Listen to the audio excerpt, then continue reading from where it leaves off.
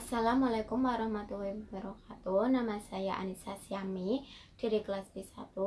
Di sini saya akan memenuhi tugas dari Makul Ushul Fikih, yaitu mempresentasikan diskusi dengan judul Sumber Hukum Islam, Ijma' dan Qiyas. Nah, di sini ijma' itu artinya sepakat atau setuju. Nah, secara istilah ijma itu yaitu kesepakatan para ulama tentang suatu masalah setelah wafatnya Rasulullah. Nah, ijma ini memiliki rukun-rukun diantaranya, yaitu yang bersepakat yaitu para mujtahid, kemudian yang bersepakat semuanya mujtahid. Para mujtahid merupakan umat Nabi Muhammad, dilakukan setelah wafatnya Nabi dan lain sebagainya. Nah, ijma ini dibagi menjadi dua, yaitu adanya ijma syarih dan kemudian ada ijma sukuti. Nah, ijma syarih ini yaitu di mana para mujtahid sepakat atau menyampaikan pendapatnya secara langsung secara ucapan tentang suatu hukum masalah. Nah, kemudian ijma sukuti ini yaitu sebagian mujtahid menyampaikan pendapatnya tentang suatu masalah secara jelas dengan atau melalui fatwa atau hukum.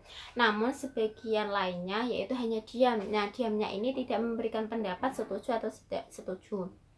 Nah, itu sedikit ulasan tentang ijma. Kemudian kita beralih pada qiyas. Nah, qiyas ini secara bahasa artinya mengukur atau membandingkan. Nah, secara istilah itu qiyas itu yaitu membandingkan yaitu suatu masalah yang belum ada nasnya dengan hukum suatu masalah yang telah ada nasnya karena adanya persamaan ilat. Nah, kemudian rukun-rukunnya qiyas ini ada 4. Yang pertama ada asal, ada faro, ada hukum asal, kemudian ada ilat. Nah, asal ini yaitu berarti pokok atau yaitu suatu peristiwa yang telah ditetapkan hukumnya berdasarkan nas. Kemudian ada faro. Faro ini berarti cabang, yaitu itu suatu peristiwa yang belum ditetapkan hukumnya karena tidak adanya nas yang digunakan sebagai dasar. Kemudian yang ketiga tadi ada hukum asal, hukum dari asal yang telah ditetapkan berdasarkan nas. Nah, dan hukum itu sendiri yang digunakan faro seandainya adanya persamaan ilat. Kemudian ilat itu sendiri yaitu sifat yang ada pada asal dan sifatnya ini yang dicari pada faro. Terus kemudian ada syarat-syarat qiyas. Syarat-syarat qiyas yaitu adanya semua para ahli ijtihad ketika terjadinya suatu kejadian. Nah, kesepakatan ini tidak mungkin terjadi apabila tidak adanya kesesuaian. Kemudian kesepakatan para ahli ijtihad ini diiringi dengan pendapat masing-masing secara jelas yang jelas sesuai peristiwa atau kejadian yang terjadi baik secara akli maupun fi'li. Kemudian kesepakatan para ahli ijtihad dapat diwujudkan dalam suatu hukum apabila sebagian ijtihad lainnya telah melakukan suatu kesepakatan.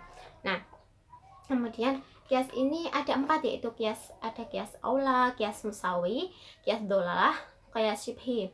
Qiyas aula ini yaitu qiyas yang ilatnya mewajibkan adanya hukum yang disamakan dan mempunyai hukum yang lebih utama dari tempat persamaannya. Nah, contohnya ini yaitu apabila seseorang memukul kedua orang tuanya dengan menggunakan kata ah. Terus kemudian qiyas musawi yaitu qiyas yang ilatnya mewajibkan adanya hukum yang terdapat pada mulhaqnya sama dengan ilat hukum yang terdapat dalam mulhaq fi.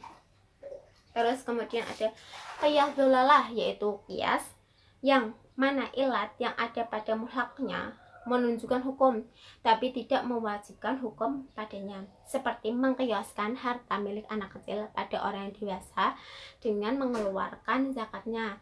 Nah, ilatnya ini apabila seluruh benda tersebut yang sifatnya dapat bertambah. Kemudian qiyas syibhi yaitu suatu qiyas di mana mulhaqnya dapat dikiaskan pada dua mulhaq bih, tetapi dikiaskan dengan mulhaq bih yang mengandung banyak persamaan.